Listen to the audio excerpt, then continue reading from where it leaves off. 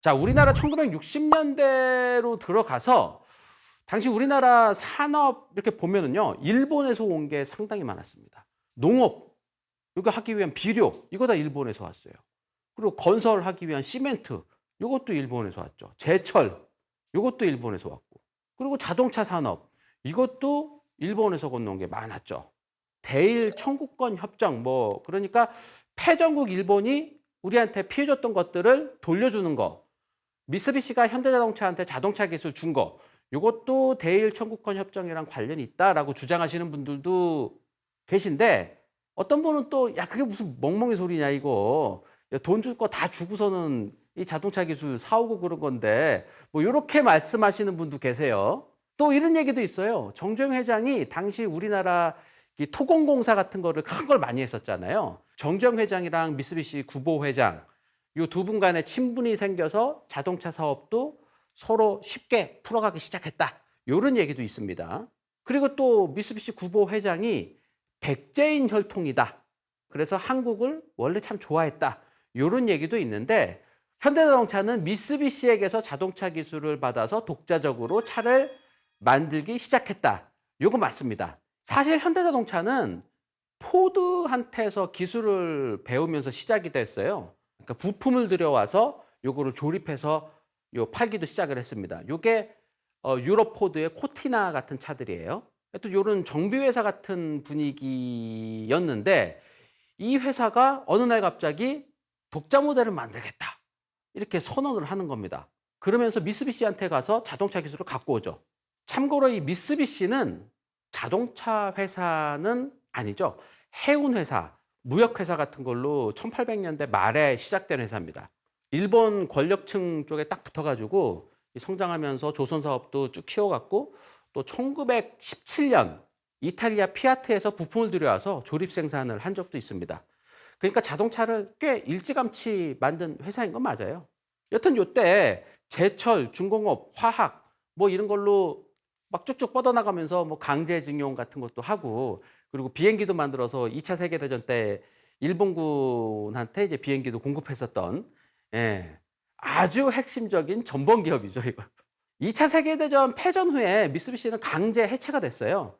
근데 이게 또 일본 경제 부흥 때, 전후 일본 경제 부흥 때 다시 재결합해서 또 정치권에 또 바싹 붙어가지고 건설, 중공업 이런 회사로 막 또 급성장을 합니다. 요때 미쓰비시 자동차는 그냥 하나의 사업부였어요. 본업은 건설이나 중공업이고 자동차는 그냥 일개 사업부였죠. 미쓰비시 자동차 사업부는 1960년도에 시작이 돼요. 미쓰비시는 그 초창기에는 영국 기술로 만든 작은 차를 이렇게 들여다 만들었는데, 1960년대 말에는 미국 크라이슬러 쪽에서 뭔가를 많이 배워오면서 1970년도에는 크라이슬러랑 아예 이렇게 합작을 하기도 합니다. 그리고 한국의 현대자동차 관계를 맺기도 했죠. 크라이슬러, 미쓰비시, 현대 요 세 회사의 관계는 꽤 오래 갔습니다. 현대자동차는 미쓰비시 랜서의 골격과 엔진, 또 미쓰비시의 세턴 엔진, 요걸로 포니를 만들었고, 그 외에도 미쓰비시로부터 많은 기술을 배워서 만든 거 맞습니다. 근데 이거를 만들면서 개발진들이 많이 힘들어했다고 해요. 이 정주영 회장이랑 미쓰비시 구보 회장이랑 이 두 분이서 잘 얘기를 해서 서로 도와가면서 이렇게 차를 만들기로 했는데, 이게 실무진 쪽으로 내려와서는 미쓰비시 쪽에서 너무 좀 깐깐하게 마치 감시를 하면서까지 요거를 진행을 했던 거죠. 일본에 가서 이제 회의를 해도 회의실에서부터 화장실까지 직원 하나가 이렇게 막 따라붙어 가지고 감시를 했다고 해요.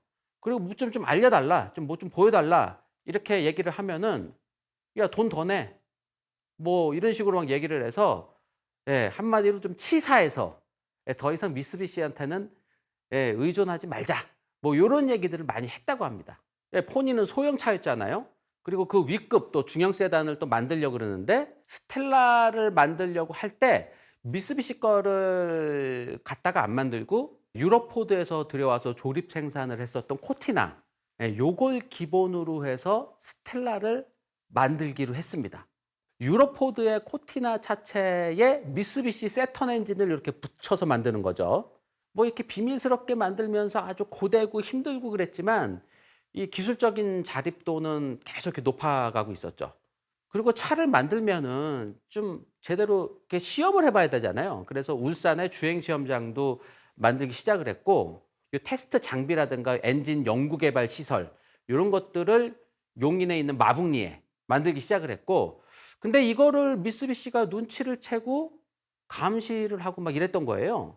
당시 미쓰비시 부장급 한 명이 부하 직원들 한두 명 데리고 와서 현대자동차가 뭘 하고 있는지 조사해서 본사에 뭐 매일 보고를 한다든가 뭐 이런 일도 뭐 생겼다고 합니다.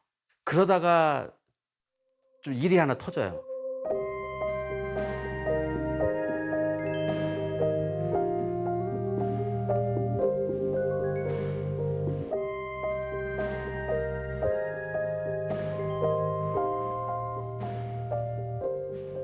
이렇게 막 이렇게 차곡차곡 차를 개발하고 있었는데 이 포니2 후속을 또 소형차를 만들려고 딱 했더니 전 세계적인 트렌드가 다 바뀌어 있던 거예요. 이미 소형차 시장은 후륜구동이 아니라 다 전륜구동으로 전 세계가 다 바뀌어 있었던 거예요.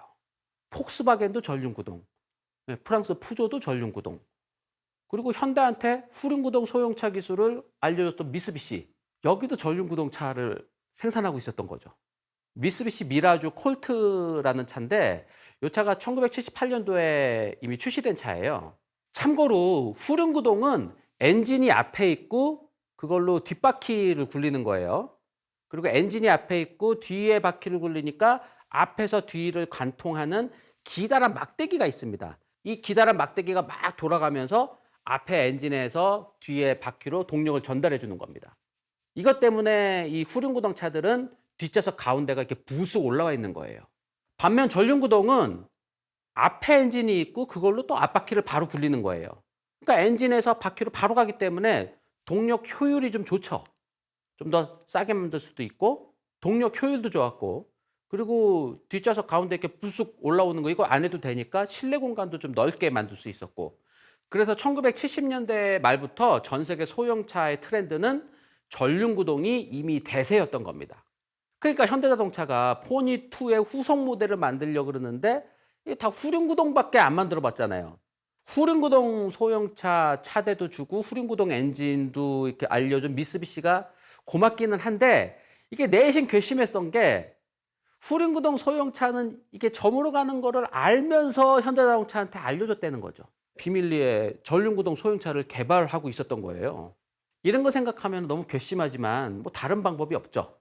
그래서 또 미쓰비시한테 찾아가서 부탁을 합니다.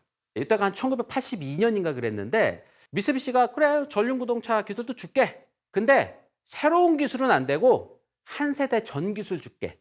그렇게 해서 만들어진 차가 1985년도에 현대자동차 최초의 전륜구동 자동차 포니 엑셀이 나온 겁니다. 당시 나왔던 현대 포니 엑셀의 엔진룸을 보면은 일본에서 배운 흔적들이 고스란히 남아있죠. 아시다시피 일본과 우리나라는 자동차 통행 방향이 반대예요. 한국의 자동차 문화는 미국에서 이렇게 건너왔기 때문에 미국과 같은 우측 통행. 근데 일본은 영국에서 자동차 문화가 들어오면서 영국과 같은 좌측 통행이에요. 그래서 운전석도 반대로 있죠. 한국은 운전석이 왼쪽, 일본 차는 운전석이 오른쪽입니다. 그래서 일본 차를 가져다가 한국에서 만들 때는 일단 운전석을 오른쪽에서 왼쪽으로 옮기는 것부터 설계를 해야 돼요. 운전대랑 브레이크랑 이런 거는 왼쪽으로 다 바꿔. 근데 엔진을 이쪽으로 또 옮겨야 되잖아요. 근데 엔진을 이쪽으로 옮기면은 엔진 설계를 완전히 왼쪽 오른쪽을 바꿔가지고 설계를 해야 되는 거예요.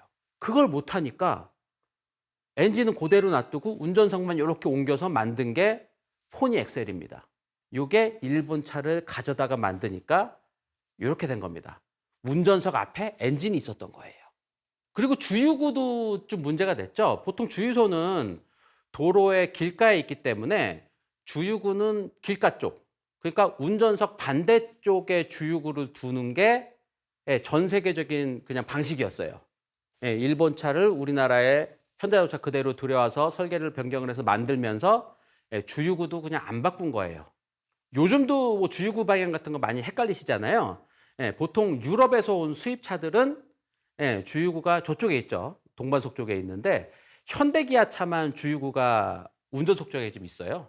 요게 이렇게 셀프주유 하시는 분들은 요게 더 편하다라고 말씀하시는데 반대편으로 하는 게 원래 맞는 거예요. 여튼 현대자동차는 포니 엑셀을 시작으로 미 대륙 쪽의 수출량도 많아지고 그리고 당시 한국은 뭐 아시안 게임, 올림픽 이런 국제 경기들을 열게 되면서 큰 고급차도 필요하게 됐거든요. 그래서 미쓰비시한테 또 부탁을 합니다. 예, 플래그십 세단 함께 만들자. 그렇게 해서 만든 게 갓그랜저를 만들죠. 요걸 뭐 같이 공동 개발했다고 얘기하시는 분도 계신데 뭐 요때는 일본 주도로 미쓰비시 주도로 만들게 됩니다. 그래서 이 갓그랜저도 엔진이 왼쪽에 그리고 갓그랜저 후속인 유그랜저도 그렇게 개발했어요. 그리고 엑셀 베이스로 만든 스포츠카 스쿠프 스쿠프도 왼쪽으로 엔진 쏠려 있습니다. 근데 여기서 현대자동차가 대단한 걸 하죠. 독자 엔진을 개발을 합니다. 당시 현대차의 주력 차종이었던 소형차 엑셀 여기에 넣을 1.5L 엔진을 한국 실정에 맞게 개발을 한 거예요. 요게 대한민국 최초의 독자 엔진인 알파 엔진인데 이게 정말 문제가 없을까? 이런 두려움 때문에 엑셀에 처음 적용하지 않고 엑셀을 기본으로 만든 이 쿠페 스쿠프에 먼저 적용을 하는 겁니다. 스쿠프에 먼저 집어넣었다가 문제 생기면은 그냥 스쿠프를 단종할 생각을 한 거죠. 하여튼 현대자동차는 90년대 중반을 지나면서 부지런히 미쓰비시로부터 기술 독립을 했습니다. 당시 미쓰비시도 아주 잘 나갔어요. 월드랠리 챔피언십, WRC, 요 전 세계적인 비포장 자동차 경주인데 여기를 미쓰비시 랜서 경주차로 출전해서 막 우승도 하고 막 이랬었던 시절입니다. 이렇게 세계적인 모터스포츠에서 막 우승을 하니까 미쓰비시 인지도가 막 올라가는 거예요. 이러면서 미쓰비시한테 뭐 함께 하자고 이렇게 러브콜 하는 회사들도 많아지고 그러면서 미쓰비시는 현대자동차한테 더더욱 좀 불손하게 대하기 시작을 합니다. 뭐 기술 이전할 때 너무 터무니없는 가격을 부른다던가 뭐 기술 이전 뭐 관련 회의를 할 때 초시계를 들고 와서 시간이 초과하면은 초 단위로 과금을 한다든가 그리고 뭐 현대자동차가 독자적으로 뭐 이렇게 하려고 하면은 그걸 여러 이유를 들어가지고 반대한다든가 당시 미쓰비시는 나름 뭐 지금 우린 최고야 모터스포츠에서도 막 뭐 우승하고 뭐 볼보나 포드 이런 그 선진 회사들도 우리랑 같이 막 일하려고 그러거든. 아우 막 바빠 막 이런 분위기였어요. 잘난 척만 하고 막 함부로 대하고 막 이러니까 현대자동차에서 이게 참다 못 참은 거죠. 아 얘네들 안 되겠다 얘네들. 야 이제 얘네들 말 들어주면 안 되겠어. 맛을 보여주자. 그러면서 미쓰비시 차를 가져다가 아주 세부적으로 막 분석을 합니다. 그리고 그것보다 더 좋게 만들어요. 대표적인 게 스타렉스예요. 스타렉스. 그때 당시 미쓰비시는 엔진이 이 시트 밑에 있는 원박스 타입 미니밴이 아니고 엔진을 이렇게 앞에 본닛으로 딱 밀어내서 만든 미니밴 델리카 스페이스 기어라는 차를 만들어서 팔았는데 이 차를 현대자동차가 사갖고 와서 막 다 뜯어보고 다 분석하고 이렇게 해가지고 더 잘 만들어서 3년 뒤에 1997년도에 딱 내놓은 게 스타렉스입니다. 그 시절에 미쓰비시에서 아주 큰 사건이 터집니다. 1996년에 미국 미쓰비시 공장에서 여직원 성추행 사건이 터져요. 근데 이때 미쓰비시가 고개 숙여가지고 사과하기보다는 이거를 아시아의 성문화다 이렇게 얘기를 하면서 또 문제를 막 키웁니다. 그래서 미국 사회가 분노를 합니다. 미국 내 판매량이 곤두박질합니다. 그리고 또 1998년에 또 일이 터져. 이 경영진들이 총액군들한테 불법 이익을 제공한 사실 이런 것도 또 뉴스에 올라오죠. 그리고 2000년에 또 무슨 사건 터집니다. 리콜 은폐 사건. 요거 좀 세게 터졌어요. 30년 동안 결함 사실을 알고 있으면서도 리콜 안 했던 거예요. 수리를 받으러 오는 사람들만 야금야금 그냥 수리를 해줬었던 거야. 이 문서가 그냥 다 발각이 됐습니다. 미쓰비시 경영진들이 고개 숙여서 사과를 했죠. 근데 2004년에 또 터져. 미쓰비시 트럭, 후소 트럭. 요게 달리다가 바퀴가 빠지면서 길가에 걸어가던 행인한테 덮쳐가지고 행인이 숨졌습니다. 이걸 기점으로 해서 하늘을 나는 타이어라는 소설로도 나오고 드라마로 만들기도 하고 뭐 이러면서 일본 사람들도 이제 미쓰비시를 다 안 좋게 생각을 하죠. 물론 그 사이 뭐 현대자동차도 그리 좋은 시절은 아니었어요. 이 정주영 회장 쪽 아들들 사이에서 이렇게 뭐 형제의 난 뭐 해가지고서는 좀 안 좋은 일 좀 있었고, 또 IMF 때 또 엔화가 막 올라가면서 부품값도 비싸고 막 뭐 이랬었던 것도 있었고요. 여튼 현대자동차가 현대 기아 자동차 그룹이 되면서 예, 좀 꾸준히 성장을 했습니다. 그러다가 미쓰비시는 또 2016년도에 또 뭔 사건이 터져요. 일본에서 연비 조작 사건이 또 터집니다. 전 세계적으로 연비를 무슨 기관에서 이렇게 측정하는 게 아니에요. 자동차 회사에서 연비 측정해가지고 서류를 딱 검사를 받는 겁니다. 다 정직하게 자체적으로 연비 측정해가지고 서류 검사 받는 거였는데, 예, 미쓰비시는 그걸 속였던 거예요. 더 이상 회복할 수 없는 회사가 되고, 디자인도 점점 이상해지고, 기술력도 점점 없어지고, 전기차도 꽤 일찍 개발을 했는데, 미쓰비시는 현재 또 이렇다 할 전기차도 없잖아요. 뭐 하이브리드 기술도 없고. 반면 한국의 현대자동차는 부지런히 이렇게 달렸죠. 예, 세계 최고 수준의 전기차 플랫폼, 이걸로 세계 최고 수준의 전기차 막 내놓으면서 전기차 시장을 막 선도하고 있어. 하이브리드 기술도 갖고 있고. 그리고 수소차도 세계 탑 클래스야. 자율주행 기술도 뭐 어디 내려도 부럽지가 않아. 게다가 미쓰비시가 90년대에 막 우승하면서 막 한창 잘난 척했었던 월드랠리 챔피언십, WRC. 요 경기에서 지금은 현대자동차가 지금 계속 우승하고 있어요. 지금 미쓰비시는 아예 출전도 안 해요.